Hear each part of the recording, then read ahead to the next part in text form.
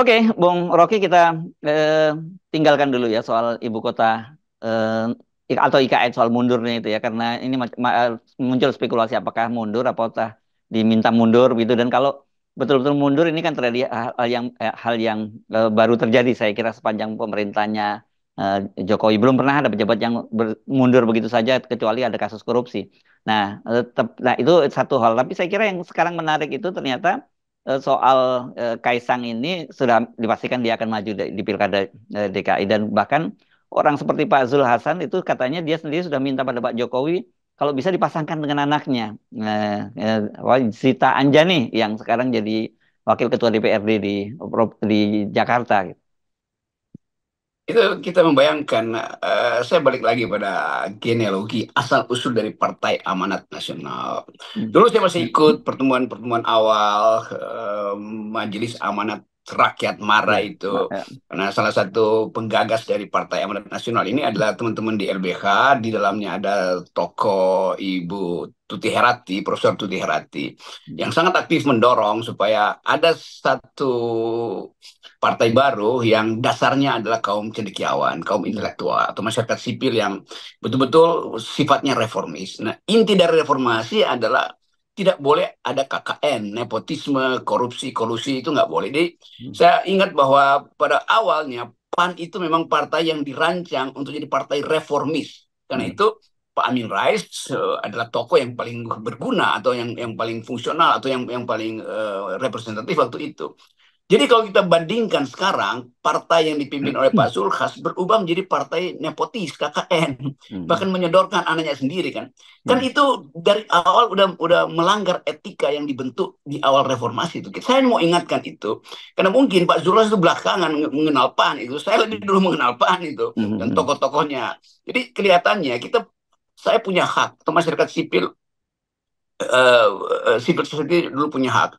Begitu banyak tokoh-tokoh pluralis agama, tokoh-tokoh lingkungan hidup, tokoh-tokoh HAM yang masuk di awal pembentukan PAN.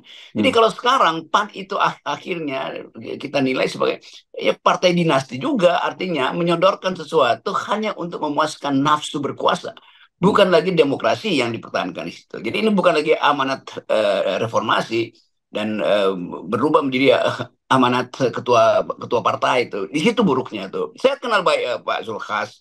Di beberapa pemilu yang lalu saya membantu PAN itu menjadi pendidik kader di situ tuh. Jadi kalau sekarang itu terjadi maka hanya satu kesimpulan bahwa ada semacam ambisi dari Zulhas untuk mendelegasikan kekuasaannya melalui anaknya di Jakarta. Tentu dengan kategori yang macam-macam yang bukan kategori publik tuh.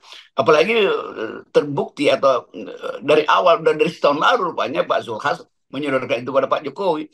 Jadi Hmm. demokrasi itu bukan perjanjian di antara dua dinasti loh. Ini perjanjian untuk menghasilkan keadilan. Nah, ada politik dinasti itu yang mesti kita hilangkan. Walaupun kata dinasti itu mungkin masih dipersoalkan, tapi paling tidak ada nepotisme di situ. Dan itu yang buruk dari perkembangan demokrasi justru di era Pak Jokowi. Ya, ya, ya. Oke, dan yang menarik juga Pak Zulhas itu katanya menyatakan dia sempat menyampaikan soal itu kepada Pak eh, Jokowi, dan kemudian juga berkaitan dengan sekarang ini keputusan MMA ini, katanya Pak Jokowi menyatakan ya kalau soal Kaisang janganlah, kata dia. Walaupun seperti itu kita kan pasti teringat lagi bahwa ini kan gaya yang sama juga pernah disampaikan pada waktu Gibran dulu ya. Gibran katanya belum cukup umur, belum cukup pengalaman gitu. Tapi ternyata diam-diam dia berkecil di belakang soal itu. Sementara Kaisang kan sekarang dia lebih transparan, yang dia menyatakan bahwa oh dia akan pilih Jakarta ketimbang Solo gitu, dan dia bahkan katanya meskipun ini saya kira ini hanya bercanda, kalau bisa dia ingin berpasangan dengan Anies Baswedan, tapi apa Anies Baswedannya mau, kan itu kan saya kira ini omongan nggak serius, tapi yang serius bahwa dia memang akan maju di Pilkada DKI Jakarta.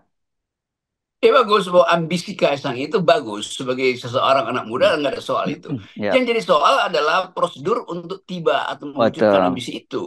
Dan Hmm. prosedur itu yang kemudian diakali lagi oleh Jokowi melalui keputusan Mahkamah Agung. Kan Hmm. semua itu berhasil karena mentalitas terabas yang Ya. dulu diterangkan oleh Pak Kuncharan Ingrat. Bahwa ini politisi Indonesia itu punya mentalitas terabas itu. Mau cepat-cepat sampai ke kursi tanpa ada kompetisi Hmm. dan tanpa mengikuti aturan, bahkan aturan diubah demi kompetisi yang tidak sehat kan, Hmm. aturan diubah demi ambisi seseorang, dalam hal ini ambisi Pak Jokowi yang sudah dibuktikan pertama kali di Mahkamah Konstitusi, dan itu yang menyebabkan proses-proses politik hari ini jadi tidak well established, tidak bisa didudukkan secara sempurna karena ada guncangan legitimasi kan. Nah sekarang diulang-ulangi Pak Jokowi melalui Mahkamah Agung, kan itu sama aja tuh. Jadi memang mental terabas itu ada pada Jokowi, atau sebut aja mental ambisius. Nah, itu yang sebetulnya kita mau cegah tuh, tapi ternyata Zulhas juga ikut mental yang sama tuh, mau terabas Hmm. aja kan, Hmm. tanpa tanpa basa-basi langsung nempelkan anaknya itu ke Pak Jokowi. Ya mungkin juga anaknya ada fungsinya, ada gunanya atau berprestasi, tetapi cara Sulkas menempelkan anaknya justru membuat anaknya itu ditambahkan sesuatu yang belum waktunya tuh, yang mestinya dia alami sendiri sebagai seorang legislator di DKI. Jadi Pak Surhas itu justru menjerumuskan sebuah generasi dalam hal ini anaknya itu ke dalam politik nepotisme. Dan orang ingat lagi tuh, loh kenapa PAN berlaku begitu? Bukankah PAN itu partai reformis yang di Hmm. dalam dalil awal menyatakan dengan Ya, tegas kami partai reformis, artinya anak kandung reformasi. Apa itu reformasi? Anti nepotisme. ya, ya, Itu ya. intinya. Ya, ya, jelas itu kan bahkan ada tap MPR-nya, Bung Rocky, yang berkaitan dengan KKN itu ya, Ya, kolusi, kolusi. Gitu. nah, poin-poin semacam ini yang kita ajarkan terus, dan FNN hanya ingin menuntun demokrasi ini supaya kembali pada induknya, yaitu reformasi dari otoritarianisme, reformasi dari nepotisme, reformasi dari korupsi. Nah, ini juga nilai yang kita ingin bebankan atau tagihkan pada pemerintahan baru, pada Pak Prabowo nanti. Kendati kita tahu bahwa ia akan ada masalah lagi karena toh ada Gibran di situ yang lambang dari nepotisme. Kan itu sepenuh-penuhnya yang membuat saya terus mengkritik Pak Prabowo. Tapi bukan Prabowo-nya, tapi rejim yang akan datang itu mampu nggak untuk menghalangi the new kind of nepotism in the future gitu. Dan kalau in the future itu orang berpikir yang mungkin sekali juga nanti Gibran yang akan menggantikan Pak Prabowo dalam Hmm. banyak hal secara normal atau tidak normal kan. Itu Hmm. artinya nepotisme itu sudah carry over ke dalam pemerintahan Prabowo melalui keputusan MK. Jadi sekali lagi kita mau terangkan bahwa kita ingin supaya ada kejernihan di dalam nilai-nilai berpolitik. Ya, nah, tadi kan Anda menyinggung soal muda ya, dan dalam kasus misalnya seperti Gibran yang belum sampai 40 tahun, kemudian sekarang dan dipaksakan maju juga, kemudian Kaisang juga belum 30 tahun, kemudian diakali juga lewat MA. Saya kira ini bukan persoalan muda ya, Bung Rocky. Bukan soal itu, jangan jangan salah, karena orang kemudian kok seolah-olah kan gitu, kemudian seolah-olah menghalangi anak muda untuk maju. Kita senang banget kalau ada anak muda yang maju, tapi caranya seperti apa gitu. Iya, dia bukan anak muda, dia anak ketua partai, dia anak presiden. Jadi Ya. sebetulnya anak presiden, anak ketua partai, dia anak pejabat mendahului anak muda, itu Hmm. masalahnya kan. Ya, Dan ya. karena dia anak pejabat, akses dia menjadi lebih besar dibandingkan anak-anak muda lain yang bukan anak pejabat. Itu yang kita sebut ketidakadilan di dalam prosedur. Jadi dasarnya itu tuh. Substansinya oke, anak muda iya, tetapi anak muda yang mana? Anak muda yang anaknya pejabat. Kan itu duduk perkaranya. Boleh nggak? Boleh anak muda anaknya pejabat, tapi ikut kompetisi yang fair dengan anak muda yang hanya anak tukang bakso, anak petani, anak cireng segala macam, anak nelayan. Kan mereka punya hak yang sama itu. Jadi batas kemudahan itu bukan ditentukan pada usia. Usia itu sama, tetapi akses untuk memperoleh kekuasaan dengan memanfaatkan kedudukan kepejabatannya itu akhirnya membatalkan konsep kemudahan. Jadi mudah kenapa? Karena mudah pakai hak untuk mendapat kekuasaan. Ya, nah ini yang menarik. Saya baca diingatkan oleh beberapa teman yang merasa frustrasi dengan situasi semacam ini.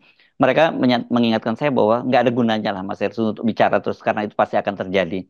Dan apa maunya kekuasaan itu akan terjadi. Tapi di satu sisi kemudian mereka juga mulai putus asa. Dan mereka merasa bahwa bukan semata-mata ini bukan kesalahannya Jokowi pribadi atau para petinggi-petinggi itu pribadi, tapi kesalahan rakyat Indonesia secara keseluruhan. Mengapa mayoritas rakyat Indonesia itu diam saja melihat hal semacam itu? Atau ya beginilah memang kelas rakyat Indonesia itu sehingga mereka frustasi lebih baik kayaknya cukup deh gua dengan Indonesia, gua mesti mulai belajar melupakan Indonesia untuk mencari kehidupan lain di luar Indonesia yang lebih lebih baik begitu. Yang salah tetap pemimpin yang tahu tentang kondisi sosial, psikologi, politik rakyat, tapi dia justru memanfaatkan itu. Hmm. Rakyat yang tidak tidak cukup pendidikan, rakyat yang ada di dalam kemiskinan, kan mestinya pejabat bilang kami tahu kalian seperti itu, maka kami tidak akan bujuk kalian dengan hal-hal yang bersifat basic needs. yaitu BLT segala macam kan. Tetapi justru pejabat-pejabat kita memanfaatkan itu, dan itu juga yang akan dipakai sebagai dasar untuk hitung elektabilitas melalui lembaga survei juga yang disogok oleh negara. Lembaga survei juga mesti lakukan semacam pendidikan. Jangan kami diminta mensurvei sesuatu yang hanya akan memunculkan kecurigaan bahwa kami sebetulnya mensurvei mereka yang habis didapat BLT. Kan mesti begitu kan. Jadi etika pertama adalah pejabat tahu bahwa ini orang-orang yang justru harus diberdayakan, bukan dimanfaatkan. Jadi tetap selama pendidikan kita buruk, selama daya beli kurang, maka kekuasaan, dan sudah dibuktikan Pak Jokowi itu doyan untuk pergi ke daerah karena tahu oh itu daerah miskin, itu daerah yang mudah untuk disogok dengan BLT, dengan kartu Indonesia Pintar segala macam kan. Jadi Jokowi yang mengajarkan cara memanipulasi kekuasaan itu melalui upeti-upeti yang bersifat apa namanya konsumtif. Jadi sekali lagi tidak ada salah dari rakyat, yang salah adalah pemerintah, karena pemerintah tidak mencerdaskan rakyat dan tidak memelihara fakir miskin. Kalau pemerintah mencerdaskan rakyat dan memelihara fakir miskin, baru pemerintah bilang kalian udah cerdas, kalian cukup makan, sekarang pilih mengikuti hati nurani kalian. Tetapi nggak, itu yang nggak dilakukan Pak Jokowi. Jokowi ingin rakyat kita tetap miskin, ingin tetap tetap tidak berpendidikan supaya mudah ditipu kan. Dan hipotesis ini kita mau katakan karena memang itu yang terjadi selama ini. Nah, itu yang menyebabkan dunia internasional melihat bahwa Indonesia itu gagal menghasilkan demokrasi karena kemelaratan diperdagangkan. Itu. Ya oke. Tapi sekarang begini, Bung Noroki ya. Coba kita kita apa semacam bukan apa ya bukan bukan perakhiran, kita bisa memperkirakan lah bahwa pasti ketika akhirnya Kaisang itu maju pada Pilkada Jakarta, Pak Jokowi dan alat kekuasaan pasti akan all out untuk itu menjadi dan menjadikan dia gubernur, dan nantinya misalnya seperti fakta yang terjadi pada Gibran gitu, dan pada akhirnya ternyata Gibran itu Kaisang itu juga kemudian menjadi gubernur di DKI Jakarta. Bagaimana kita bisa menempatkan itu tadi menghibur mereka gitu yang anak-anak muda itu yang merasa bahwa oke, saya muda tapi saya nggak menginginkan situasi semacam ini, dan saya merasa bahwa saya nggak punya harapan lagi di Indonesia karena banyak di antara kalian generasi-generasi tua itu ternyata tidak bisa menyediakan environment yang suitable dengan kami gitu. Itu juga mesti dipikirkan oleh Pak Zulhas. Zulhas tahu bahwa PAN itu pemilihnya dari kalangan yang relatif terpelajar, relatif tahu kan ini potensi pemilih PAN itu datang dari captive market kaum Muhammadiyah itu. Hmm. Dan pasti di Jakarta itu Kaisang akan tertolak. Apalagi PKS menang di Jakarta tuh. Jadi kita mau pastikan buat taruh aja ya Kaisang dan bahkan Anies Baswedan itu pasti kalah dua-duanya tuh. Mhm. Karena apa? Kita akan kampanye tentang itu tuh. Dan Hmm. karena itu menjadi dasar imperatif kita untuk mengatakan enough is enough. Satu udah cukup dong. Masa Hmm. semua begitu? Kalau begitu nanti sudah disiapkan juga cucunya Pak Jokowi itu buat 2030 tuh kan. Kan itu dasarnya kan. Jadi kalau kita bilang kok nggak ada malu, ya udah kita ini. Hmm. Kenapa? Karena PAN itu didirikan untuk menghasilkan reformasi sekali lagi sebagai value dan mengaktifkan demokrasi di kalangan kelas menengah. Hmm. Jakarta itu ada kelas menengah tuh, dan itu orang akan kaget nih ngapain Pan nyodorin sesuatu yang bagi kami itu nggak penting amat tuh, apalagi ada Kaisang di situ tuh. Jadi lembaga survei akan dipaksa oleh Jokowi karena ini pertarungan yang lebih besar dari presiden. Kalau presiden yang sogok menyogok di desa bisa. Ini di Jakarta mau disogok apa tuh rakyat Jakarta coba.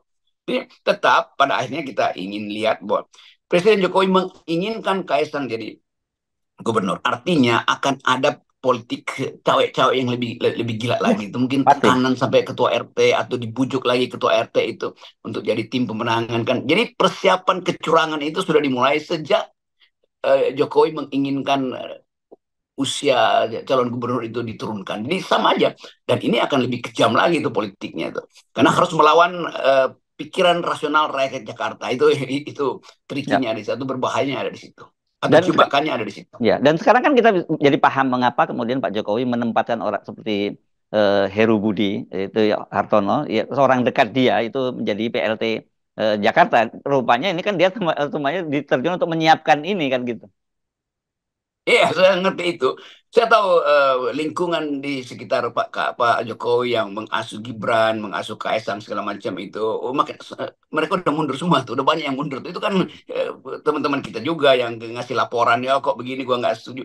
Akhirnya nggak ada lagi orang yang mau mengasuh dua anak atau tiga anak Pak Jokowi ini kan, maka akan dipanggil orang-orang yang kira-kira masih bisa diperintah itu, yaitu ya gubernur atau pejabat gubernur DKI, pejabat bupati dimanapun atau camat dimanapun akan dikerahkan.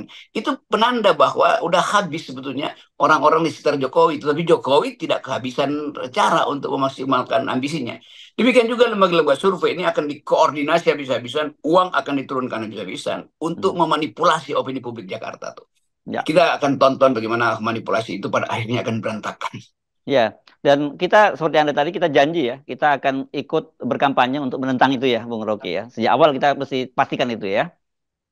Ya kita akan negatif campaign. Dan sekarang aja kita sebut bahwa kita akan berkampanye negatif Ya, tentang ya. itu supaya ada kejelasan itu bahwa kita mau menghalangi nepotisme. Kita bukan menghalangi hak anak muda, kita Ya. menghalangi nepotisme. Kenapa? Itu perintah konstitusi dan itu perintah ada TAP MPR tentang etika pejabat negara, ada sejarah reformasi yang dikenali oleh BEM se-Indonesia apalagi se-Jakarta kan. Jadi pasti akan ada tumpahan kemarahan, ya tentu bukan tumpahan kekerasan, tumpahan kemarahan untuk lakukan negatif campaign terhadap cawe-cawe Jokowi yang makin gila dan makin absurd. Yes, oke, baik. Kita nolkan politik dinasti. Ya. Yes, itu janji kita.